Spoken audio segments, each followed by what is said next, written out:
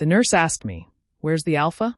I laughed, because 2 months after he marked me, he shoved money in my hand and said, "Disappear before my real mate finds out." Now I was bleeding in a hospital bed, and the doctor said, "You're in labor." His child was being born, and he didn't even know my name anymore. The nurse keeps her voice gentle, the way people do when they already know the answer but ask anyway. "Where's the alpha?" I laugh. It comes out wrong, thin, cracked, like something tearing inside my chest instead of humor.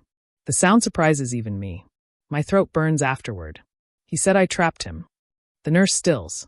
Her pen stops scratching against the clipboard. For half a second, the room is quiet except for the steady, accusing beep of the monitor and the wet sound of my own breathing. A man steps closer. Doctor. Older. His eyes flick to the chart, then to my legs, where blood has soaked through the sheets no matter how many times they change them. "You're an Omega," he says quietly. I don't answer. There's no point. My scent is already betraying me, sharp panic layered over iron and pain. The suppressants I've been swallowing for months are losing the fight. "And you're in labor." The words land heavier than the pain between my hips. Labor. I grip the edge of the bed as another contraction rips through me without warning. My back arches.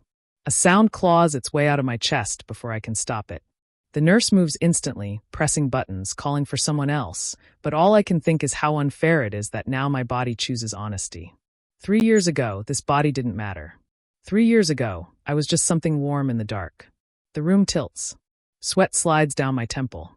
I squeeze my eyes shut, but memory doesn't care. The night Henry marked me, there were no lights on. I remember that first, the darkness, thick and expensive, the kind that belongs to places with locked doors and money soaked into the walls. His hand covered my mouth before I could say anything. Not rough. Not gentle either. Possessive. Certain. "Quiet," he murmured, breath warm against my ear. "You don't want anyone hearing." I should have run. Instead, my Omega instincts betrayed me before my brain caught up. His scent crushed into me, alpha dominance, polished shoes, control. It made my knees weak.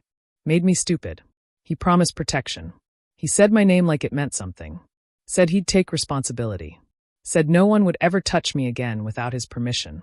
When his teeth broke my skin, pain flashed white hot, and then faded into something dizzying and false and sweet. I remember thinking, this is what safety feels like. 2 months later, he shoved an envelope into my chest and wouldn't meet my eyes. "Disappear," he said flatly, "before my real mate finds out." I asked him if he knew. About the baby. He froze for half a heartbeat. Then his jaw tightened. "Get rid of it." The memory burns worse than the contractions. Another wave hits, harder this time. I cry out despite myself. My fingers dig into the mattress, nails tearing fabric. My voice breaks. I need something for the pain. "You're too far along," the doctor says. "We're prepping now." They move around me, efficient, detached. No one asks about the alpha again. Good. If Henry finds out, the thought makes bile crawl up my throat. If he ever finds us, he won't come to help. He'll come to erase mistakes. His kind always does. He has money, lawyers, a spotless reputation. I have nothing but a forged ID and a job that pays cash under the table. And a child clawing its way into the world. I won't beg, I whisper to myself, over and over like a spell. I won't. My scent spikes. Fear. Defiance. Grief. The nurse squeezes my hand. "You're doing great," she lies. I scream when the next contraction hits, and this time I don't care who hears. Hours blur into blood and breath and pressure, so intense it feels like my body is splitting in half. At some point, I stop being embarrassed. I stop being polite. I become animal and instinct in raw need. Push. Breathe. Again. I think of Henry's face when he told me to disappear. The way his eyes slid past me, already erasing. I push harder. I think of the nights I slept curled around my stomach, whispering apologies to someone who couldn't hear me yet. I push until my throat shreds. "There," the doctor says sharply. I see the head. The pain crescendos into something unbearable. And then, a cry. Thin. Furious. Alive. The sound punches the air out of my lungs. For a moment, I forget everything. Henry. Fear. Running. I sob, chest heaving, as they lift my child into the light. Red-faced. Wrinkled. Perfect. My baby. They place him on my chest, slick and warm, his tiny fingers curling weakly against my skin. His scent hits me full force, omega and alpha tangled together, innocent and new. Love detonates in my chest so violently it hurts. I've got you, I whisper hoarsely. I won't let him touch you. I swear. The doctor clears his throat. Do you have a name for the father? My laugh comes back, broken bitter. No. Outside, somewhere far beyond these hospital walls, Henry is probably smiling for cameras, his arm wrapped around the omega he chose. He doesn't know what he lost. And one day, he will. I leave the hospital before dawn. The nurse argues. She says I should stay another night, that my body needs rest, that the baby needs monitoring. I nod, thank her, promise I'll think about it. Then I dress with shaking hands and keep my scent dampened under layers of suppressant and fear. Running has taught me one thing. Never look back long enough to hesitate. My son sleeps against my chest, wrapped tight, his tiny mouth opening and closing like he's still searching for me even while I hold him. Every breath he takes feels like a dare to the world. Come and try to take him. Outside, the air is cold and metallic. The city hasn't woken yet. No cameras, no crowds. I pay cash for a ride and give a fake address out of habit. When the car pulls away from the hospital, my chest tightens. But it isn't regret. It's relief. 3 weeks later, I'm living in a place that smells like old wood and rain. The building sits above a closed-down bookstore, the kind with cracked windows and a bell that hasn't rung in years. The landlord doesn't ask questions. I don't offer answers. We exchange envelopes and silence, and that's enough. I take whatever work I can find. Night shifts, cleaning jobs, stock rooms where no one looks too closely at the help. I learn how to sleep in fragments, how to eat standing up, how to change diapers with one hand while reheating soup with the other. I name him Leo, because he's loud, because he fights, because the world will need to hear him coming. Some nights, when he cries and won't stop, I press my forehead to the wall and breathe through the panic clawing up my throat. My body still aches. My instincts still scream for an alpha who isn't there. Henry's mark has faded to a pale scar, but its absence feels louder than its presence ever did. Good. I don't want his protection. I don't want his money. I want his ignorance. I almost get what I want. The first time I meet him, it's raining. I'm late for my shift, Leo bundled under my coat as I jog down the street toward the 24-hour cafe that pays me under the table. My foot slips on wet concrete. I go down hard. Pain flashes up my spine. Leo wails. Hey, careful. A voice cuts through the rain. Strong. Controlled. Hands steady me before I can scramble up, shielding Leo instinctively from the cold. The scent hits me a second later. Alpha, yes, but not sharp. Grounded. Warm like cedar and smoke. I freeze. I've got him, the man says calmly, already checking Leo's face with practiced ease. He's fine. Didn't hit his head. I should pull back. I should snatch my baby and run. Instead, my body goes still. The man looks at me then. Really looks. Not at my clothes, not at the tired slump of my shoulders, but my eyes. You're bleeding, he says. I glance down. My palm is scraped raw. I hadn't even noticed. I'm fine, I say quickly. Thank you. He doesn't argue. He shrugs out of his jacket and drapes it over Leo without asking. The rain beads and slides off the fabric. I'm Felix, I add, because silence suddenly feels dangerous. Adrien, he replies. No last name. No questions. Just that. He walks me to the cafe, holding an umbrella over both of us, matching his stride to mine without comment. When we stop outside the door, he hands Leo back gently, like he knows how precious weight works. Be careful, Adrien says. I nod. I don't see him again for 2 weeks. He becomes part of my routine without ever pushing his way in. Sometimes he's outside the cafe when I finish my shift, sipping black coffee like he has nowhere else to be. Sometimes he's in the bookstore below my apartment, fixing shelves that no one will ever browse again. He never asks about Leo's father.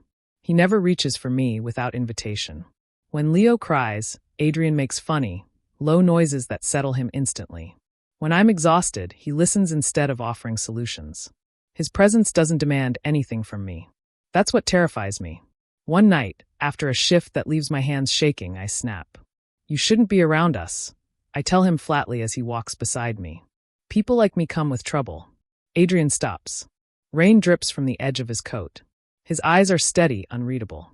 Then I'll stand where the trouble is, he says. You don't have to carry it alone. My chest tightens. I turn away before he can see my face. Across the city, Henry hears my name for the first time in 3 years. It slips out during a conversation he isn't really listening to. Something about hospital records, about an Omega who left against medical advice, about a child born under a false ID. The name hits him like a bruise pressed too hard. Felix. For the first time, regret isn't abstract. It's sharp. It's personal. And it's already too late. I don't know that yet. All I know is that when Leo laughs for the first time, real laughter, bubbling and wild, Adrien is the one holding him. And for the first time since the night everything broke, I let myself believe I might survive what Henry left behind. I tell myself I'm not falling. I'm just adjusting, learning new edges, letting routine settle where fear used to live. Adrien becomes part of my days the way weather does. Unavoidable, constant, quietly shaping everything around him. He fixes the broken heater in my apartment without making a show of it. He stocks the downstairs shop with old books he rescues from storage, even though no one comes in except me.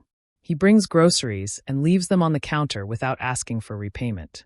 I let him. That's the first line I cross. The second comes when Leo gets sick. It's late. Too late for clinics, too early for the city to care. Leo burns against my chest, his little body trembling, his cries weak and hoarse. Panic claws up my throat so fast I nearly drop my phone. I call Adrien without thinking. He's at my door in 15 minutes. No questions. No judgment. Just movement. Pack a bag, he says, already checking Leo's temperature with calm, capable hands. We're going now. At the emergency clinic, they mistake him for the father. I wait for him to correct them. He doesn't. He stays beside me through the night, one arm resting lightly behind my shoulders, not claiming, not marking, just anchoring. When the doctor finally says it's just a fever, that Leo will be fine, I sag so hard I almost slide off the chair. Adrien catches me. You did good, he murmurs. The words hit harder than praise ever should. After that, pretending becomes harder. My Omega instincts respond to him in ways I can't suppress or explain. Not heat, nothing that simple. It's trust. It's the way my body relaxes when he's near, the way my scent settles instead of spiking. I hate myself for it. You don't know what you're getting into. I tell him one night as he washes dishes in my tiny kitchen. Henry, Leo's father, he's not someone you provoke. Adrien doesn't stop scrubbing the plate. Does he know where you are? No. Then he's irrelevant. That's not. He turns then, eyes sharp. Felix. Look at me. I do. Whatever he was to you, Adrien says evenly, he isn't anymore. He doesn't get to dictate your fear. I flinch like I've been struck. He notices. His expression softens immediately. I won't push, he says. But I won't walk away either. My throat tightens. I hate how much I want to lean into him. How badly I want to believe him. Henry, meanwhile, can't stop thinking about me. The name festers. Felix. He tracks the hospital first. Then the records go cold. Someone paid in cash. Someone disappeared on purpose. For the first time in his life, Henry realizes he underestimated an Omega. The thought eats at him. He tells himself it's about responsibility. About legacy. About the child that should have been his. But when he imagines me standing somewhere without him, stronger, defiant, gone, the regret twists sharp and ugly in his chest. The confrontation comes on a Tuesday. I'm locking up the cafe when a familiar scent slices through the night. My blood goes cold. Henry steps out of the shadows like he owns them. Perfect coat. Perfect posture. The man who erased me with a word. Felix, he says softly. You ran far. My hands shake, but I don't step back. You're trespassing, I say. Leave. His eyes flick past me, to the stroller just inside the door. Understanding dawns. You kept it. I bare my teeth. He's not yours. Henry smiles like he used to when he thought he was in control. I made a mistake, he says. I can fix it. Before I can answer, a presence moves beside me. Adrien steps into the light. He doesn't snarl. He doesn't posture. He simply places himself between Henry and my child. This conversation is over, Adrien says calmly. You're leaving. For the first time, Henry hesitates. And for the first time, I don't feel alone. That night, as I watch Adrien secure every lock, every window, I realize the truth I've been avoiding. Safety doesn't feel like a promise whispered in the dark. It feels like someone standing in front of you when danger finally shows its face. Henry doesn't leave the city. I know because fear has a rhythm, and mine never settles again. Every creak outside the apartment makes my spine go rigid. Every unfamiliar scent on the street sends my instincts screaming. I start varying my routes, changing schedules, keeping Leo close enough that his heartbeat presses into my ribs. Adrien notices. He doesn't comment. He adjusts. He walks me to work without calling it protection. He carries Leo when my arms shake, never framing it as help. At night, he sits at my kitchen table, silent and watchful, like a guard who understands the cost of distraction. You don't have to stay, I tell him one evening, the words scraping my throat raw. This isn't your mess. Adrien looks at me for a long moment. Felix, he says quietly, I chose this. No alpha had ever said that to me before. Henry chose convenience. Henry chose reputation. Henry chose himself. The second time Henry approaches me, he doesn't bother with shadows. It's broad daylight. The street is crowded. He waits until I'm halfway down the block, Leo strapped against my chest, before stepping into my path. You look tired, Henry says, like we're catching up over coffee. Rage steadies me. What do you want? His gaze drops to Leo, hunger flickering there before calculation smothers it. I want my son. I laugh. It's harsh. Uncontrolled. You signed away that right when you told me to disappear. That was before, Henry says. I didn't know. You knew enough. His jaw tightens. I can give him everything. I step closer, close enough that he can smell me, scarred Omega, defiant, unbroken. You don't even know his name. Something cracks. Henry's composure slips, just for a second. Felix, don't do this out of spite. Adrien's presence settles at my back like a wall. This is harassment, Adrien says calmly. You will leave. Henry turns slowly, eyes cold. And you are. The man raising the child you abandoned. The words land harder than any blow. Henry scoffs. You think an Omega belongs with someone like you? You're temporary. Adrien doesn't react. I do. You never loved me, I say, voice shaking but loud. You loved control. And when I stopped being convenient, you erased me. The crowd's attention shifts. Phones come out. Witnesses. Henry stiffens. Think carefully, he warns me. You're making this public. I smile. Good. He files paperwork 2 days later. Custody claims. Legal threats. Money weaponized like everything else he touches. I spend a night vomiting from stress, curled on the bathroom floor while Leo sleeps unaware in his crib. My instincts scream at me to submit, to survive the way Omegas are taught to. Adrien sits beside me, rubbing slow circles into my back. We'll fight this, he says. And we'll win. You don't know him, I whisper. He doesn't lose. Adrien's voice doesn't waver. Neither do I. Court is ugly. Henry plays the remorseful alpha, spinning a story of regret and responsibility. He paints me as unstable, emotional, reckless. He gestures at Adrien like he's a phase I'll outgrow. I don't cry. I tell the truth. I talk about the envelope of money. About being told to erase myself. About giving birth alone, bleeding, laughing because there was nothing else left to do. When the judge asks why Henry didn't come forward sooner, his answer stumbles. When they ask Adrien why he's here, he doesn't hesitate. Because Felix and Leo are my family, he says. Not by blood. By choice. Henry looks at me then, really looks. And I see it. The regret. Not love. Not longing. Loss. He lost something he assumed would always be there to take back later. The ruling comes weeks later. No custody. Supervised visitation denied. No parental claim recognized. Henry leaves the courtroom pale, jaw clenched so tight I expect to hear it crack. Outside, he stops me one last time. I never meant to hurt you, he says. I look at him, truly look, and feel nothing. You didn't mean to care, I reply. He doesn't follow us after that. That night, Adrien stands in my doorway, hesitating for the first time since I've known him. You don't have to face the rest alone, he says. I step into his arms. For the first time, I let myself rest. Peace doesn't arrive all at once. It comes in pieces, small, stubborn things that refuse to disappear. Morning light spilling across the kitchen floor. Leo's laughter echoing down the narrow hallway. Adrien humming off-key while he makes breakfast like he's been doing it his whole life.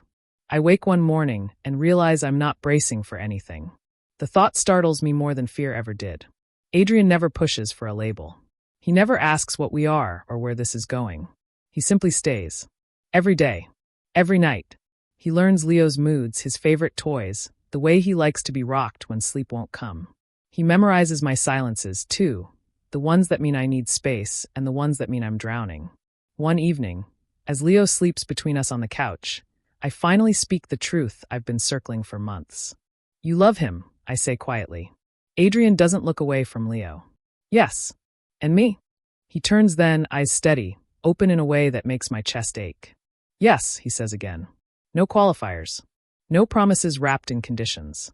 My Omega instincts respond, not with panic, not with submission, but with recognition. This is my choice. Henry fades into news clippings and whispered gossip. He loses contracts. A scandal breaks, nothing illegal, nothing dramatic. Just enough truth to stain his perfect image. The alpha who abandoned an Omega. The child he tried to reclaim only after someone else stepped in. I hear about it from strangers. I feel nothing. Once, months later, I see him across a street. He looks thinner, older.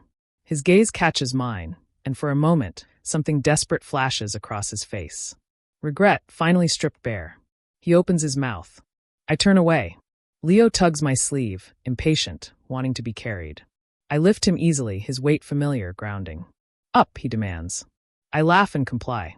The night Adrien marks me, it isn't dark. The room is filled with soft lamplight. Leo sleeps down the hall, safe, dreaming. Adrien asks me 3 times if I'm sure. I am. When his teeth break my skin, the pain is sharp but clean. No fear tangled in it, no lies whispered to keep me still. My body accepts him because my heart already has. The bond settles warm and solid, like stone laid carefully in place. I've got you, Adrien murmurs. I believe him. Years later, Leo asks about his father. I tell him the truth. Someone helped bring you into the world, I say. And someone else chose to stay. He considers that, then smiles and runs back to Adrien, who lifts him high, laughing. From the window, I watch them together, my alpha, my child, and understand the full shape of what I survived. Henry thought love was ownership. I learned love is presence. And that is why I won.